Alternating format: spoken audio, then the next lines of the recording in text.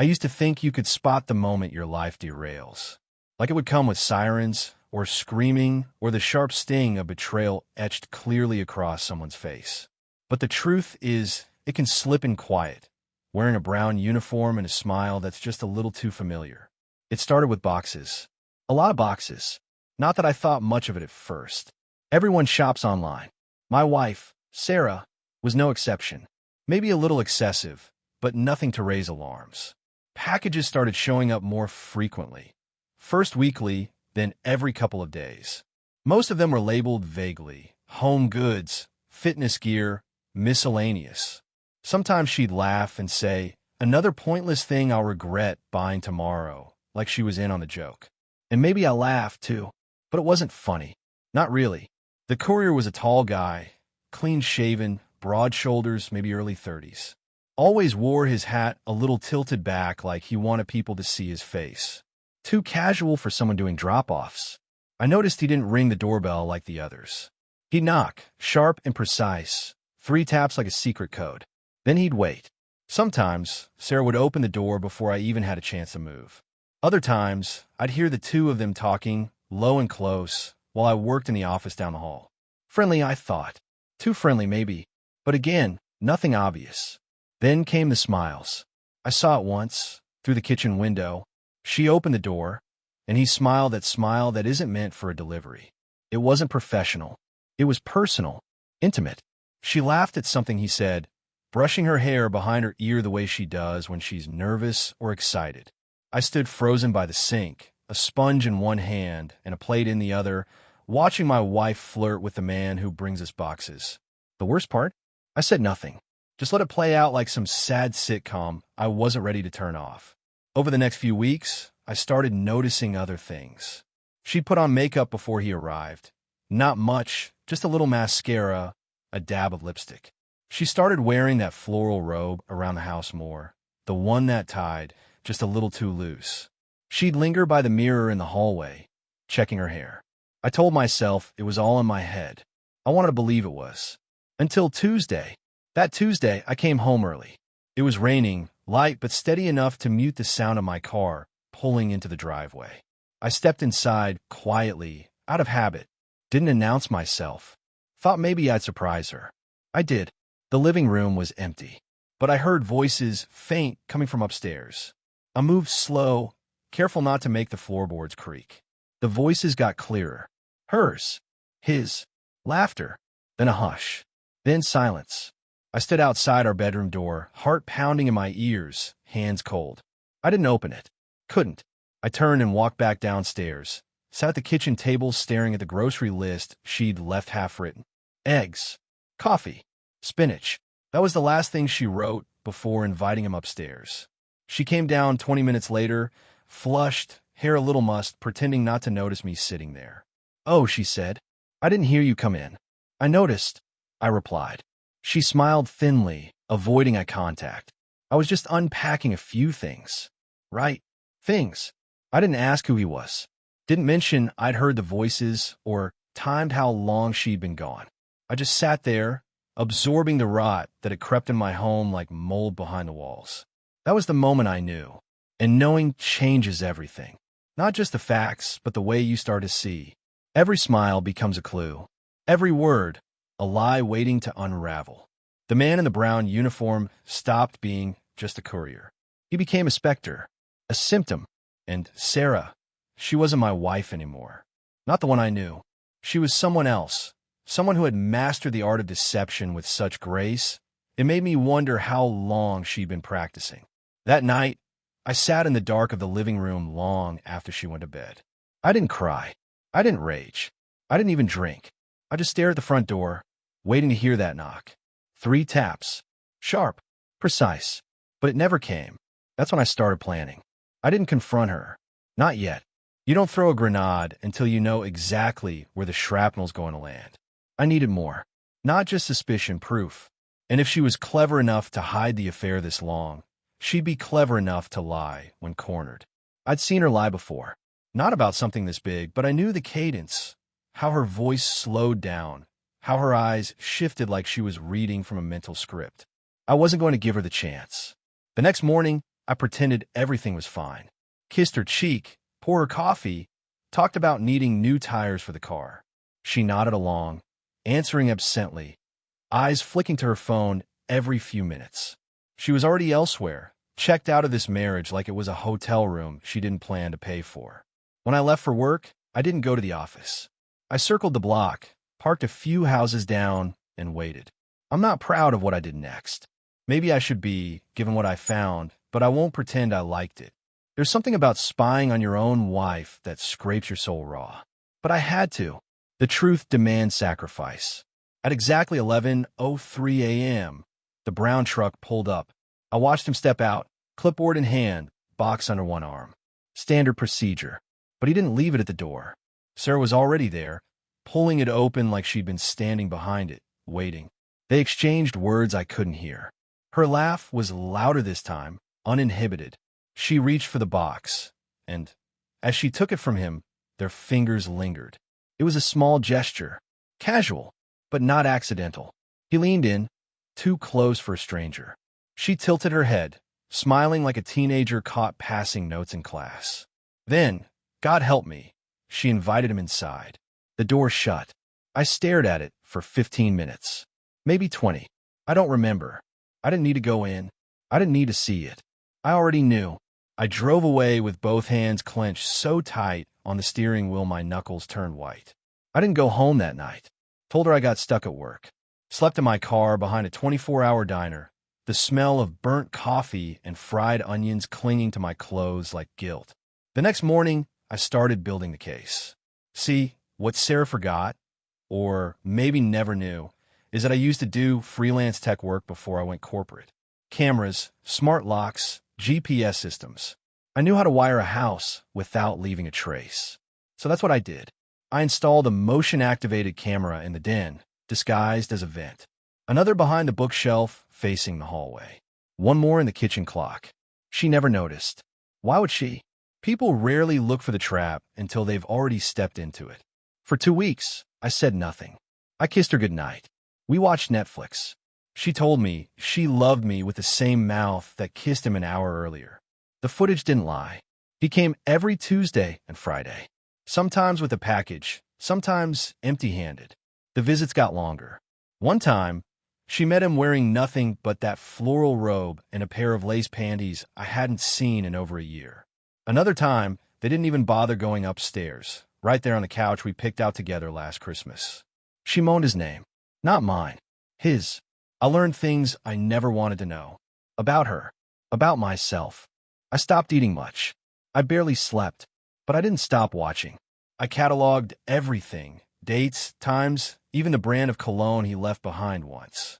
She didn't notice when I swapped the bottle out with an identical one full of rubbing alcohol. Let's see how smooth he smells now. A part of me wanted to confront her right then and there. Throw the laptop on the table and scream until my throat bled. But I didn't. Not because I lacked the will, but because I wanted something more than answers. I wanted control. One day, I caught her humming to herself while folding laundry. Same smile on her face. Same robe. And it hit me, the brazenness wasn't just about lust. It was about power. She knew I wouldn't question it. That I'd keep playing my part as long as she tossed me scraps of normalcy. She didn't know I was watching. Didn't know the power had shifted.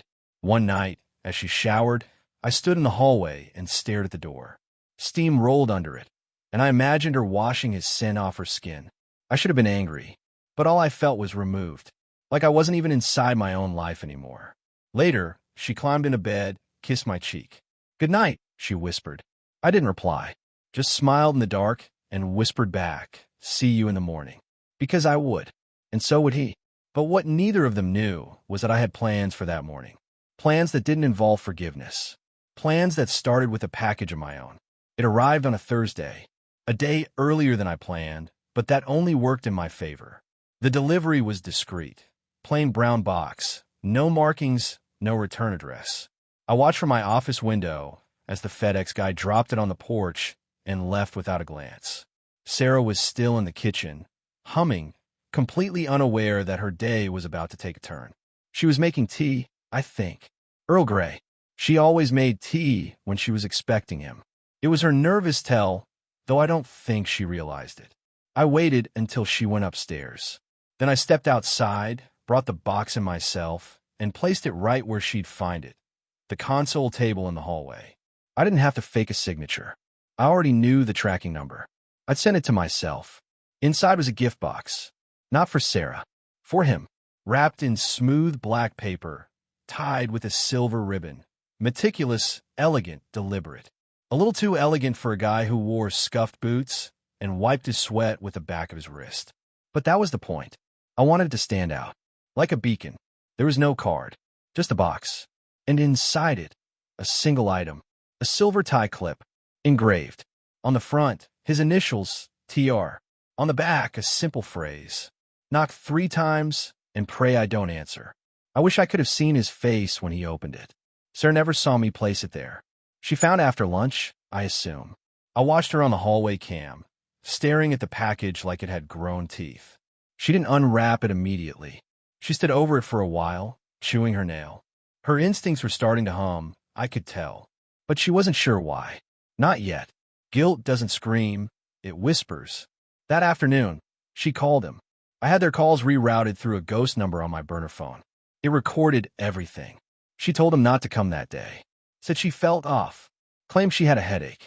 I could hear the disappointment in his voice, like a child denied his treat. She didn't mention the box. Interesting. The next day, I was home when he came anyway. I made sure of it. He didn't knock. That was mistake number 1.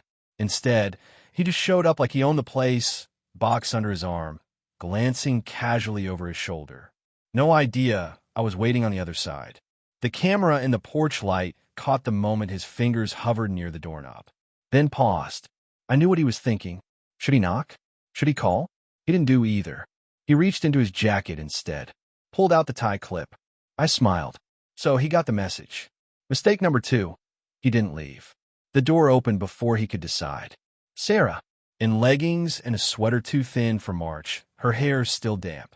She said something I couldn't make out through the window, but it made him laugh until his eyes shifted past her shoulder and locked on me. I stood at the top of the stairs.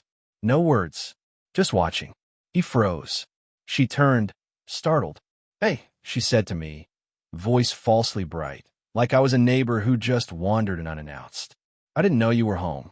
Clearly, tension flooded the hallway like gas, waiting for a spark.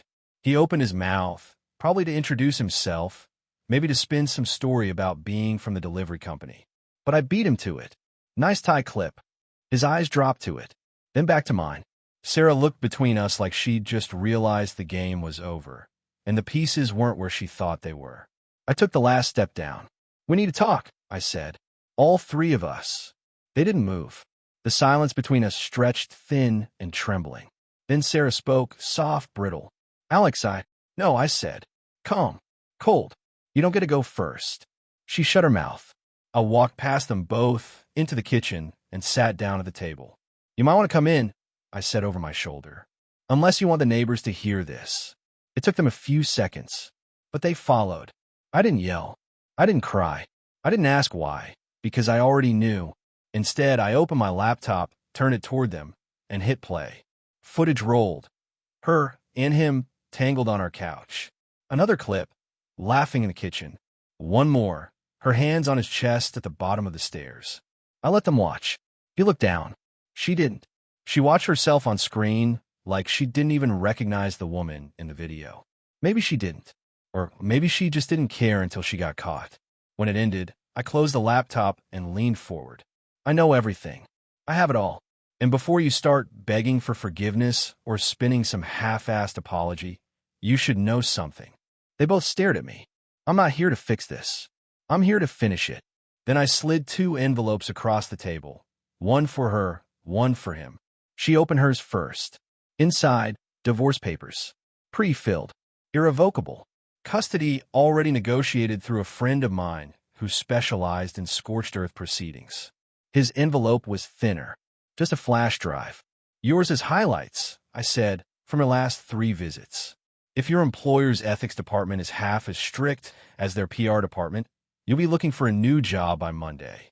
I stood. They didn't. And I looked at Sarah one last time. You invited him into our home. Our marriage. Now live with what you let in. I walked out, left them both sitting there in silence. But this wasn't revenge. Not yet. This was just the eviction notice. The real punishment was still being drafted, and it wouldn't arrive in a plain brown box. She didn't sign the papers. Not that day, not the next. She left them on the counter like they were some magazine she meant to flip through when she had time. I didn't push. That was part of the plan. Let her sit in the ruins for a while. She walked quieter after that. Wore thicker clothes. Spoke less. I catch her staring at me sometimes, like she was trying to read the fine print of my silence. But there was nothing left to say. Just two people orbiting each other in a house that felt colder by the hour. As for the courier, Travis, I learned, he disappeared. No more packages. No more knocks. No truck idling at the curb. I tracked his company, found their regional office, and confirmed exactly what I'd expected. He'd been reassigned. A quiet exit. No explanation offered. But I didn't need one. I'd left the flash drive in the hands of a compliance officer whose expression alone told me it would be career-ending. Travis learned the hard way what happens when you let your hands wander where they shouldn't. Sarah stayed home most days after that. She cooked again, nothing extravagant, but enough to remind me she knew how. She even made the bed, folded my laundry, as if domestic acts could be retroactive penance. I didn't acknowledge any of it, because it wasn't guilt that moved her, it was fear. She wasn't afraid of me. Not exactly. She was afraid of what I hadn't done yet. And that's when the second door opened. It came in the form of a phone call. Unknown number. I almost let it go to voicemail. But I didn't. Mr. Ryland? The voice was male. Calm. Slightly clipped. I represent a Mr. Harrison Weller. He's requested a meeting with you. Says it concerns your wife. I paused. And who is Harrison Weller? A man with a history. One I think intersects with yours. He gave me a time and a location. A cafe I didn't recognize, tucked near the edge of downtown in a part of the city I rarely visited. I looked it up. Small place. Unremarkable. Neutral ground. I didn't tell Sarah. That Saturday, I drove out early. The sky was overcast, the kind of gray that makes everything look washed out. I arrived 10 minutes early. Sat in the car. Thought about turning around.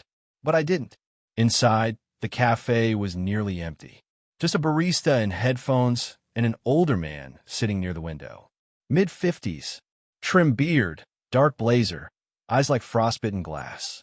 He looked up the moment I stepped in and gestured to the seat across from him. Alex, he said. Thanks for coming. I didn't shake his hand. Who are you? He nodded, like he expected the hostility. Someone who made the same mistake you did. Trusted her. It landed like a brick in my chest. You knew Sarah? I knew her before she was Sarah Ryland, he said, sipping his espresso. When she was Sarah Lennox. Back in Atlanta. That was nearly a decade ago. Before I met her. Before she changed cities, jobs, names. She was with me for 4 years, he said. I thought I'd marry her. What happened? He slid a manila envelope across the table. I opened it. Inside were photos. Dozens of them. Her and Harrison. Then her and someone else. And someone else. Different men, same patterns. Hotel lobbies. Rooftop bars. One shot of her kissing a man behind a delivery truck. His name stitched on the shirt pocket. Travis, I muttered. Harrison nodded. She's not in love with these guys. That's not what this is. Then what is it? He sat back. She studies them. Finds out what makes them feel needed. She molds herself into the version they're dying for. She makes them feel chosen. And when they let their guard down, when they give her something she can use, she moves on. Usually with their money. Or their secrets. I swallowed hard. She didn't take any money from me. Not yet, he said flat. But she's running out of time, isn't she? He wasn't wrong. Our assets had already been frozen pending the divorce. The financial power plays were off the table now. But there were other things, friends, reputations, leverage. She wasn't done. She was trapped. And people like Sarah don't live well in cages. What do you want from me? I asked. He leaned forward. To stop her. She's already exposed. He shook his head. Exposed isn't the same as ended. I stared at him, the envelope still open, the photos splayed like a fan of past sins. Why me? Because she always moves on before the mask cracks. This is the first time she's been caught in her own lie. And you, You were smart enough not to flinch. That means something. We sat in silence for a while, the low hum of the espresso machine filling the air. Then he slid one more photo across the table. This one was newer. Sarah, with someone else. Not Travis. Not Harrison. Someone she'd met after the reveal. I blinked. I don't recognize him. You will, Harrison said. Soon. He stood, buttoned his blazer. You've opened the first door. But this thing, it has more than one. And then he left. I sat alone, looking at the photo. Then I looked out the window and saw Sarah's car across the street. Empty. She'd followed me. I didn't go straight home. After seeing her car, parked across from the cafe, empty, engine still warm, I knew better. Sarah was nearby, watching, trying to piece together a puzzle she thought she'd been the one building. I sat in my car, jaw tight, fingers drumming the steering wheel, until traffic made her move. She didn't see me tail her. She's always been clever, but Sarah underestimated just how invisible I could be when I wanted to. She didn't go home either. Instead, she drove to a small co-working space on the edge of the warehouse district. She'd never mentioned it before. I parked a block away and waited. She was inside for almost 2 hours. When she left, she didn't have any paperwork. Just her phone in one hand and a manila folder clutched tight in the other. I recognized that folder. Same kind I'd just seen at the cafe. Harrison's fingerprints were still on my thoughts, and now Sarah was holding the same kind of file. The question wasn't whether she had secrets. It was whether she knew mine yet. Back home, she acted like nothing had happened. She even made dinner. Chicken piccata. The same meal she cooked the night we got engaged. The smell of lemon and garlic filled the house like a memory turned weapon. She wore that old apron I bought her 3 Christmases ago, humming like a sitcom wife on reruns. I sat at the counter, watched her. So, where were you earlier? She asked, not looking at me. I lied. Hardware store. Needed a replacement lock for the shed. She smiled to herself. That all? Yeah, I said. Why? She shrugged, plating the food. Just thought I saw your car downtown. Must have been someone else. She handed me a dish, sat across from me, and took a single bite. Then she asked it, casual as flipping a coin. Who's Harrison? I looked up. Her face was calm. Studied. Not fishing. She already knew. She just wanted to see if I'd lie. Someone I used to work with, I said, cool and smooth. She nodded like that answer satisfied her, but it didn't. I could see it in her eyes. The calculation behind the smile, the corners of her mouth twitching like a cat watching a bird that doesn't know it's in danger.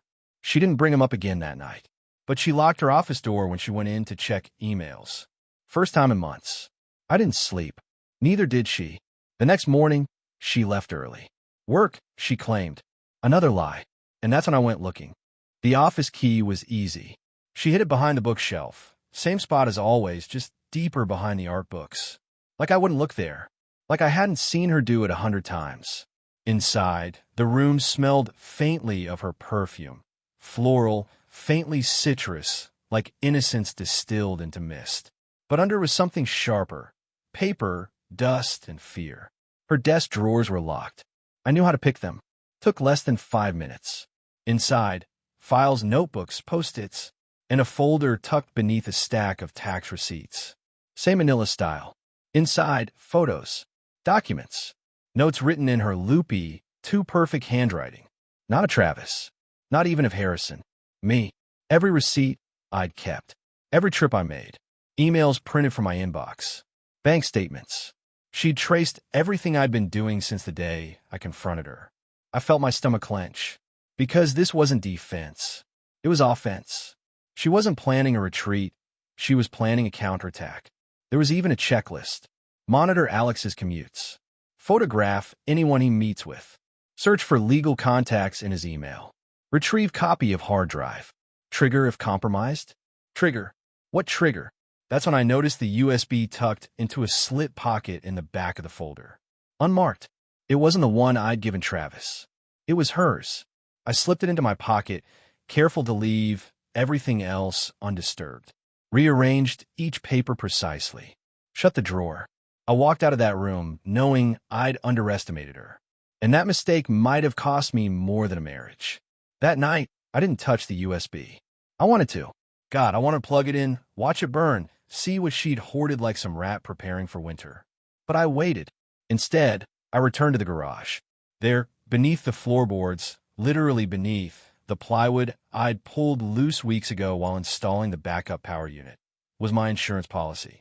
A duplicate of every camera recording. Flash drives, not cloud. No risk of remote wipe. Every moan, every lie, every look. You don't dig your way out of betrayal. You build your exit under it. I added Sarah's USB to the lockbox. I wasn't going to destroy her with it. Not yet.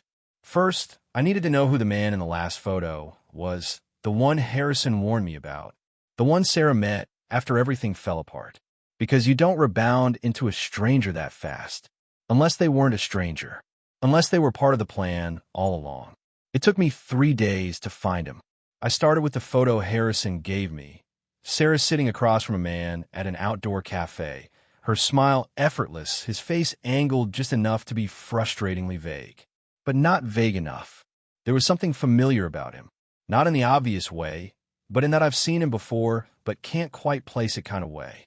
Like a face from a dream that bleeds into reality when you're not looking. I ran the image through every reverse lookup tool I had access to.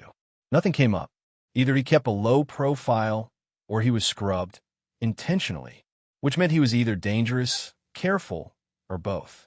So I did the old-fashioned way. I went to the cafe, the one in the photo. It was in the historic district.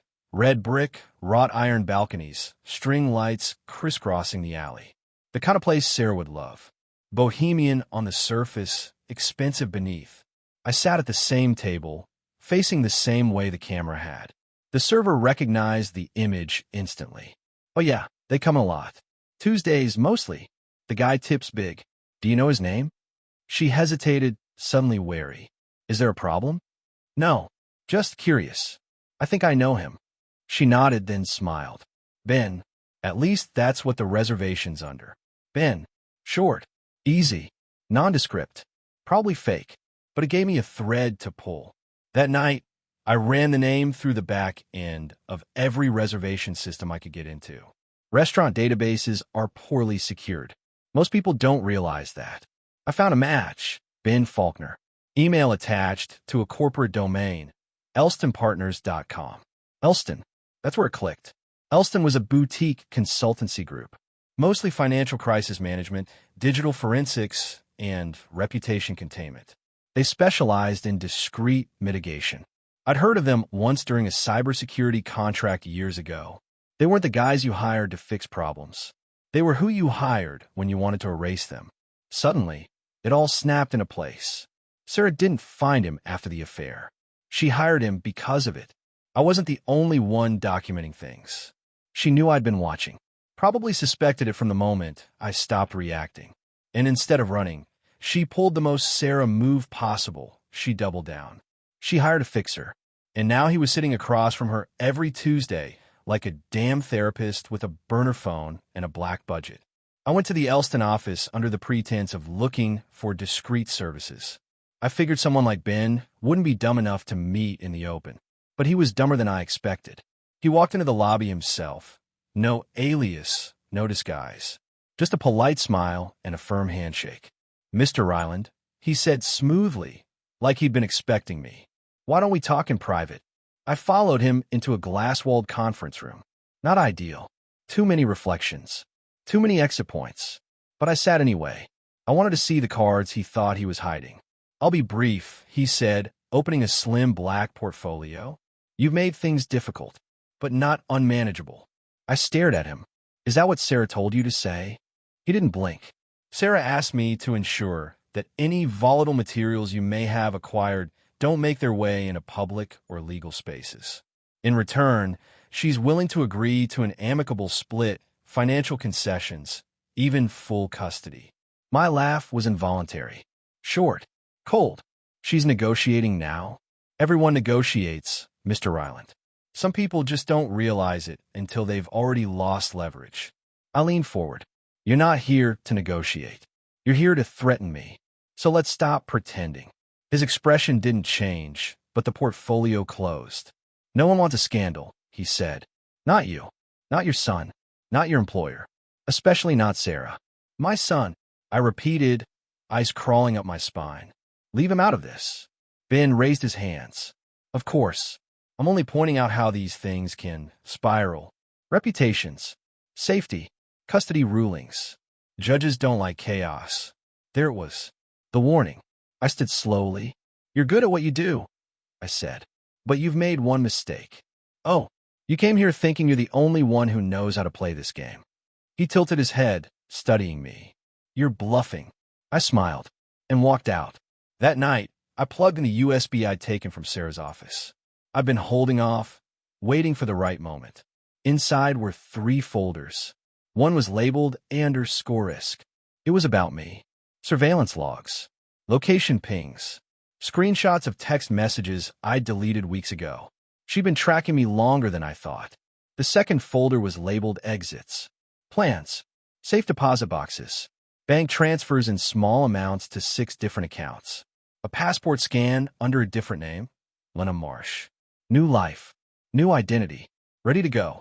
But the third folder was different. It was encrypted. It was called insurance. I knew then that Sarah never thought I'd find it. But I would, and whatever she was protecting, whatever she feared enough to keep hidden from even her fixer, I was going to use it, because now it wasn't just about betrayal. It was about who the hell I was married to. The encrypted folder taunted me. Insurance. I stared at it for hours. I've broken into everything from financial systems to security networks in my past life, back when I still believed people only lied for good reasons. But this was different. This wasn't some firewall designed by interns. It was custom-coded, double-layered, booby-trapped. Sarah, or someone she paid, built this like a vault. The kind you only open when you have nothing left to lose. I knew I had to be careful. One wrong move, and it could auto-wipe. Or worse, send alerts to whoever was on the other end. So I cloned it first. Built an air-gapped machine in the garage. No internet, no Bluetooth, no signal bleed. I wasn't just unlocking a folder. I was stepping into enemy territory. And I had no idea who else was still watching the gates. It took me 2 days to crack the first layer. The password was a date, November 4th, 2013, the day we met. Of course it was. Romantic, sentimental, weaponized. Inside were 6 files, each named after a city. Portland, Baltimore, San Antonio, Flagstaff, Raleigh, Chicago. Each folder held documents, photos, audio recordings. And in every one, the same pattern emerged. Sarah, using different names, had inserted herself into the lives of 6 different men over the last 15 years. She built relationships with them, sometimes as a lover, sometimes as a confidant, in at least 2 cases as a wife. She married them, legally, and each time, the relationship followed the same arc: seduction, integration, documentation, and then financial or reputational collapse. One man lost his job after an anonymous tip exposed company fraud Sarah had orchestrated. Another man had his assets seized after an SEC audit, again, with trails that led to dummy companies Sarah helped him open for retirement planning. But the worst? Flagstaff. That one wasn't about money. It was about obliteration. The man's name was Peter Haldren, mid-level manager at a defense contractor. Married Sarah, then going by Eva March. Within a year, he was under investigation for leaking classified documents. His life imploded, lost his clearance, his job, eventually took his own life. The last thing on file? A 14-second voicemail. Sarah's voice, low and calm. You were never meant to last. But thank you for everything. I played it twice. Then I stopped, because my hand was shaking too hard. This wasn't infidelity. This wasn't betrayal. It was con artistry with a body count. And I was next. There was a 7th folder buried deeper in the encryption. My name on it. Alex_final. I opened it. It had everything. The affair, the recordings, even screenshots from my hidden cameras, the ones I'd installed without telling her. Somehow, she'd found them, hacked them, and used them to build a narrative that she wasn't the cheater. I was the unstable, paranoid husband with a tech obsession and a violent temper. There were doctored images of me at bars with other women. Fake texts, even a forged restraining order, dated and signed, ready to be filed. She hadn't just been preparing to leave me. She'd been preparing to destroy me, frame me as abusive, isolate me from any credibility, seize control of a narrative, and walk away with clean hands and full pockets. I stared at the folder for a long time. Then I realized something chilling. The folder was labeled final, not active.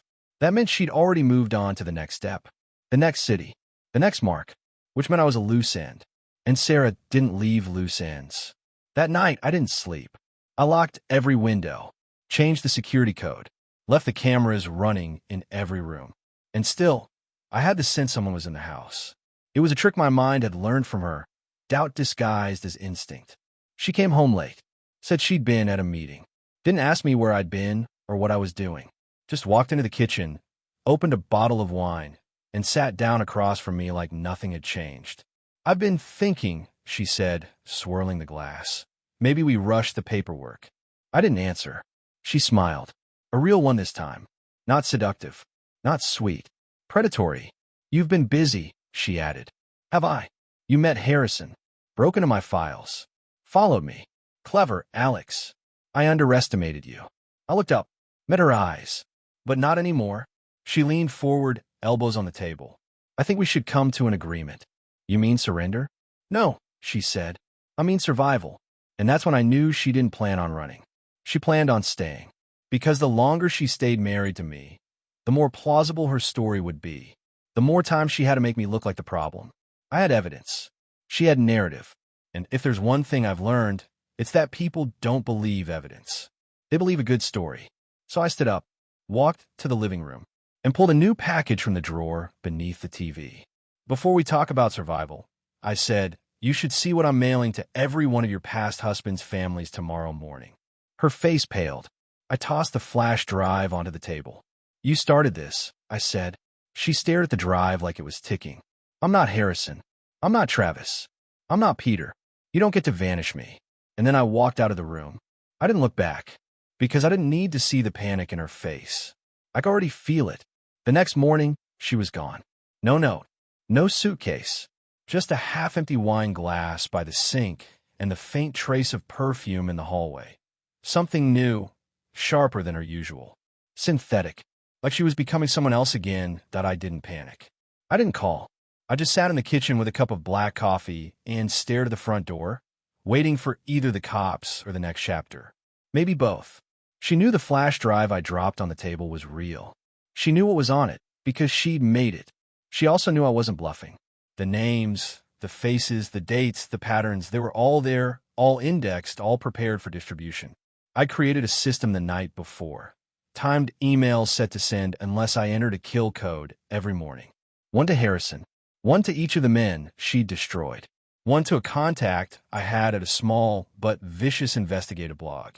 And one to a federal agent. Because the file didn't just hold adultery. It held wire fraud, identity theft, in at least 2 cases accessory to espionage. This wasn't just a scorched earth divorce anymore. This was the end of her story. Or so I thought. She resurfaced 2 days later. Not in person. On my phone. No number. Just a private link.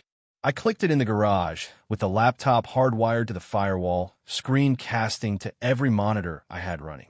I didn't know what I expected. Maybe a plea. Maybe a threat. What I got was worse. It was a video. Sarah, sitting on a hotel bed, dressed in black, looking straight into the lens.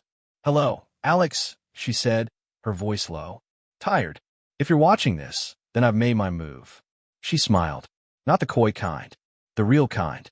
The one she only used when something fell perfectly into place. "I underestimated you," she said. "I won't make that mistake again. But I think you should know the full picture before you go playing hero." She reached beside the camera and picked up a folder thicker than anything I'd seen. "You think I started this with you. Or with Harrison. But this goes deeper. And you're not the only one watching." Then she opened the folder. Inside were photos. Surveillance shots. Of me. Everywhere. Grocery store. Parking garage. My office. Even one of me talking to Harrison in the cafe. She flipped through them, slow and deliberate. "I thought I could just disappear," she said. "Start over. Let you destroy the file and pretend we were even." She set the photos down. Her eyes were flat now. Dull. But someone else saw what I did to Peter Haldren. Someone with more to lose. Someone who doesn't care about marriage or scandal or revenge. Someone who doesn't want anyone digging too deep. She leaned forward. They offer me a deal. Disappear quietly. Or die. Silence. But then you went and opened the file. You triggered a backup protocol I didn't even know they'd coded in. Now they think you're the problem. The screen flickered. An image appeared, grainy, time-stamped. Me, leaving the courthouse. Alone. You have maybe 12 hours before they find you, she said. And I suggest you run. Not for vengeance. Not for pride. For your life. The video ended. The screen went black. I sat there in the garage, pulse hammering. Her words echoed like a riddle I couldn't solve. Then my phone buzzed. Unknown number. They know. I burned everything that night. Every drive. Every copy. Even a backup cloud keys I'd hidden under aliases. It didn't matter anymore. This wasn't about exposing Sarah. It was about surviving what she'd led to my front door. Because she wasn't just a liar. Or a manipulator. She was a vector. And now the virus had spread to me. I drove west. Changed plates. Used cash. Checked into motels under names I'd made up on the spot. I let the beer grow. Killed the phone. Scrubbed every trace of myself from Annette. Not because I was afraid of Sarah. Because I finally believed her. She was the exit wound. I was the bullet still tumbling through the dark. And someone was holding the gun. I don't know if she's still out there. Sometimes I think I catch glimpses on a subway platform across the street in the reflection of a gas station window. A woman with her smile. Her walk. Her scent. But by the time I look again, they're gone. I live off the map now. Quiet. Careful. Always 2 steps ahead. Because I don't know if I was just her mark. Or her message. Some nights, I dream about that first knock on the door. 3 taps. Precise. Like a warning. Or a countdown. And I wonder, what would have happened if I'd never answered? But I did. And this is what came through.